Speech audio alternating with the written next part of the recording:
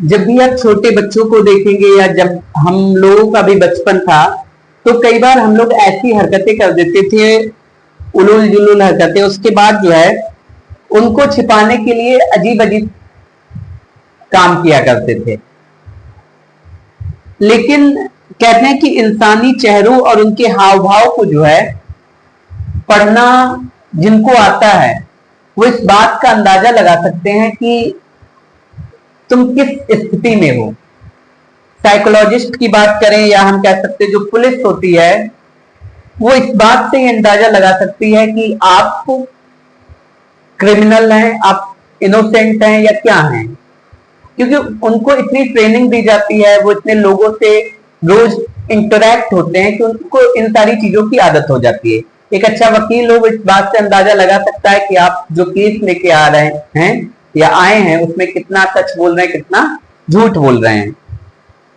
आपकी body language, आपका बर्ताव, आपके हाव भाव, ये जो है ये सारी चीजें जो हैं ये बयां करती हैं कि आप किस तरीके के इंसान हैं, आप क्या करके आए हैं, ये सब कुछ। लेकिन 10 सितंबर की तस्वीर जो है, ये हमारे पीछे जो तस्वीर आप देख रहे हैं, इसको जब आप देखेंगे तो ये दो नए लड़के हैं। इनके चेहरे पर कोई हाव भाव अजीब सा नहीं है। एक दूसरे, ये अभी नहा के निकले हैं बाथरूम से, लिफ्ट में हैं और लिफ्ट में ये एक दूसरे को जो है अपना चेहरा दिखा रहे हैं और बिल्कुल नॉर्मल से। लेकिन ये नॉर्मल नहीं है, ये अंदर से खून करके आए हैं। एक अपार्टमेंट में इन्होंने खून किया है, उसके बाद ये बाहर आए हैं, लेकिन बिल्कुल नॉर्मल से। ऐसा लगता है कि आम सी बात कर रहे हैं, जैसे टपरी पे बैठ के कोई चाय वाय पीता है, नॉर्मल सी बात। और ये तस्वीर जो है, जैसा कि मैंने बताया, 10 सितंबर की है। शाम 5 बजे के आसपास जो है ये दो लड़के ये लिफ्ट में आते हैं और आपस में जब ये बातचीत कर रहे हैं तो इस बात को देखकर पुलिस भी हैरान है कि इन पर कोई फर्क नहीं, इनके चेहरों पर कोई वो नहीं, इनकी बातों में कोई झिलमिलाहट नहीं, इनके चेहरे के जो एक्सप्रेशन हैं वो बिल्कुल नॉर्मल हैं।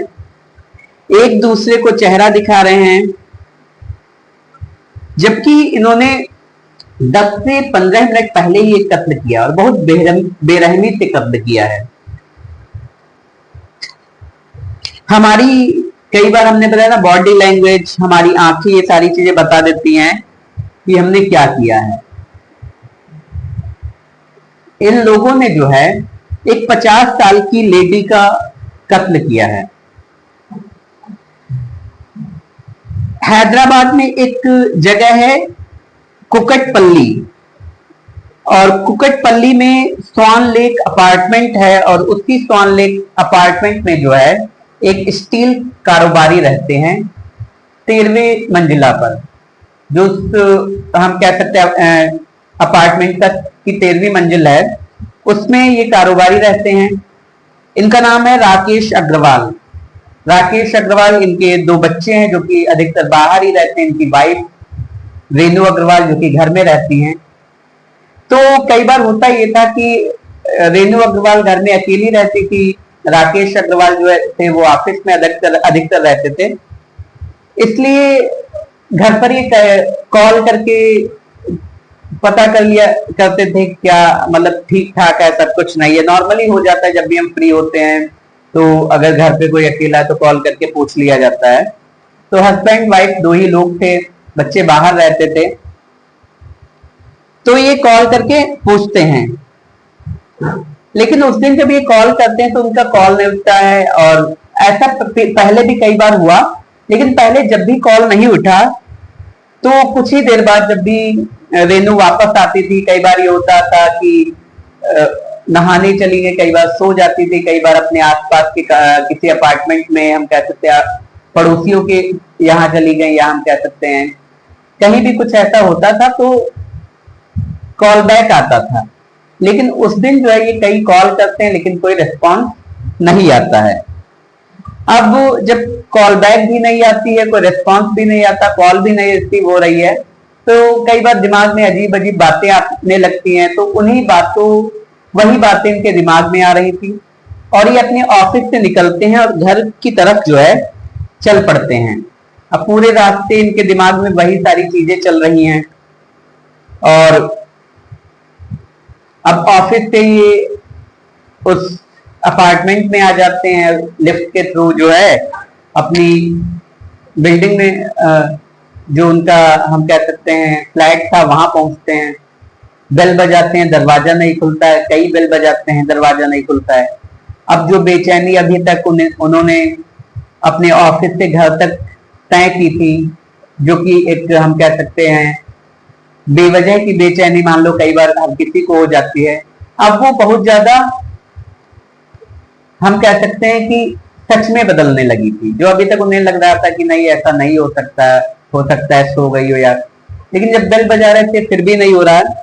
फिर वो जो अपार्टमेंट था उसकी अथॉरिटी को इन्फॉर्म करते हैं, एक प्लम्बर आता है, दरवाजा खोलता है, बालकनी के थ्रू जो है इनको अपार्टमेंट तक ले जाया जाता है।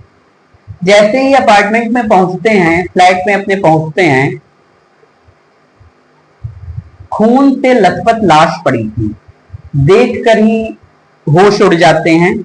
चेहरा बुरी तरीके से जो है पिचका दिया गया था, सर पर कई सारे वार किए गए थे, गला कटा हुआ था। इसके अलावा पास में जो है एक प्रेशर कुकर रखा हुआ था और उस प्रेशर कुकर की जो पेंदी होती है नीचे की, वो बहुत बुरी तरीके से दबी हुई थी। अब ये क्लियर हो गया था, मतलब कोई भी इंसान हो, एक जिसको बहुत ज्यादा जानकारी ना हो, वो भी समझ ही जाता कि हाँ इसी कुकर से जो है हत्या की गई है। दोनों हाथ पैर बंधे हुए थे और इसके अलावा अलमारी जो थी वो खुली हुई थी। अलमारी में लगभग 1 लाख रुपए, कुछ सोना, जेवर, ये सारी चीजें पड़ी हुई थी। ये सारी चीजें गायब थी। अब ये तो क्लियर हो गया था कि एक मर्डर है और जो हत्या की गई थी वो लूटपाट के इरादे से की गई थी और चाकू, इसके अलावा जो है कुकर और भी कई सारी चीजों का यूज किया गया था हत्या करने के लिए। सीसीटीवी खंगाला जाता है तो सीसीटीवी में जो है हर जगह कैमरे पूरे अपार्टमेंट में लगे थे। जैसे ही सीसीटीवी खोला गया, 1 सेकंड, 1 पल ही लगा होगा कि माजरा क्या है ये भी समझ आ गया पुलिस को, अपार्टमेंट के लोगों को, आसपास के लोगों को कि किसने कत्ल किया और क्यों किया। 2 लड़के, एक का नाम था हर्ष, जो राकेश के यहां जो है लगभग 10 दिन पहले ही एक प्लेसमेंट एजेंसी के जरिए नौकरी पर आया था और ये प्लेसमेंट एजेंसी कोलकाता की थी। दूसरा था रोशन, जो कि 14वीं मंजिल पर जो है एक अपार्टमेंट था, एक फ्लैट था, उसमें ये नौकर था। और ये दोनों के दोनों जो है झारखंड के रांची से थे। फिर अब इतना तो क्लियर हो गया था कि ये 2 लड़के जो हैं, लेकिन अभी भी जब इनकी सीसीटीवी फुटेज देखी जा रही थी तो ये लिफ्ट में बिल्कुल नॉर्मल थे, कोई अजीब हरकत नहीं थी। तो पुलिस को इन पर शक तो बिल्कुल जा ही नहीं रहा था किसी तरीके का। फिर जो है पार्किंग का कैमरा खंगाला जाता है, उसमें जो एक स्कूटी नजर आती है, एक बैग नजर आता है और वो स्कूटी जो थी वो राकेश अग्रवाल की ही थी, लेकिन वो बैग, अब दोनों एक जगह के थे। फिर इन पर शक जाता है, लेकिन चलो ये इन्होंने नहीं किया था तो अब ये हैं कहां, भाग भी चुके थे। तो कहीं ना कहीं जो डाउट था वो क्लियर हो रहा था कि ऑब्वियसली इन्हीं दोनों ने किया है।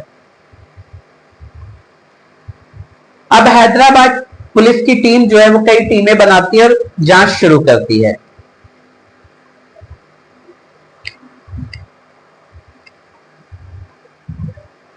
एक हैदराबाद की टीम जो है झारखंड के रांची में भेजी जाती है कि जांच, लेकिन जांच होती है जब इस हर्ष और रोशन के घर छापा मारा जाता तो ये लोग मिलते ही नहीं है।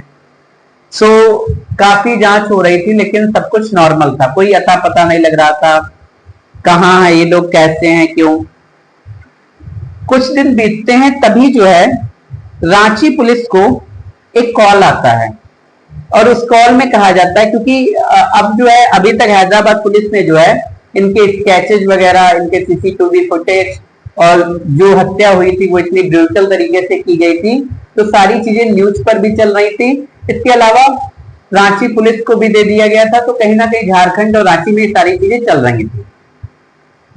फिर जो है रांची पुलिस को एक दिन कॉल आता है, वो कहता है कि मैं एक कैब ड्राइवर बोल रहा हूं, और जो हैदराबाद में हत्या हुई थी उसके जो दो लोग जिनके चेहरे टीवी पर दिखाए गए थे, जिनको वांटेड घोषित किया गया, उनको अभी अभी जो है हमने इस जगह पर उतारा है।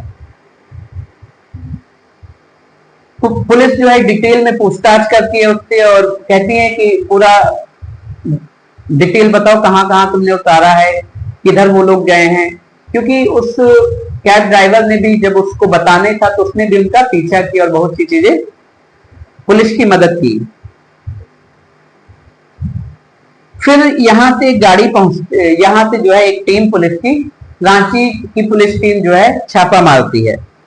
रोशन के भाई के घर पर जो है ये लोग ठहरे हुए थे, इसलिए अपने घर पे नहीं थे। फिर जो है रोशन के भाई को भी गिरफ्तार कर लिया जाता है पनाह देने के जुर्म में। जब इनसे पूछताछ होती है तो ये अपना जुर्म कबूल कर लेते हैं। कुछ जेवर और पैसे बरामद हुए, बाकी के इन्होंने कहा कि हमने बेच दिए हैं कहीं पर। वहां पुलिस जाती है, वहां से रिकवरी होनी है, हो जाएगी वो तो। फिर हैदराबाद पुलिस जो है इनको ट्रांजिट रिमांड पर लेती है। अब जब इससे पूछताछ होती है तब पता चलता है कि ये जो हर्ष था ये पहले ड्रग एडिक्ट था, इस पर कई सारे मुकदमे भी हैं। लेकिन सवाल अब उस प्लेसमेंट एजेंसी पर से भी जांच हो रही है कि अगर तुम्हें इतनी सारी जानकारी थी तो तुमने राकेश अग्रवाल को बताया क्यों नहीं। फिर इनसे पूछताछ की गई कि हत्या कैसे की गई। तब ये हर्ष बताता है कि मैं जब पहली बार यहाँ आया तो मैंने देखा कि एक स्टील कारोबारी, बहुत पैसे वाले, घर में कोई रहता नहीं है, बीवी अकेली रहती है। और फिर इसकी मुलाकात जो है रोशन से होती है, वो भी झारखंड का ही, रांची से ही था। ये दोनों प्लान बनाते हैं कि चलो इनको लूटा जाए। फिर एक दिन, लगभग इसको 10 दिन हो चुके थे, 10-11 दिन हो चुके थे, इसको पता था कहां पर कौन सी चीज रखती है। फिर एक दिन ये लोग प्लान बनाते हैं, और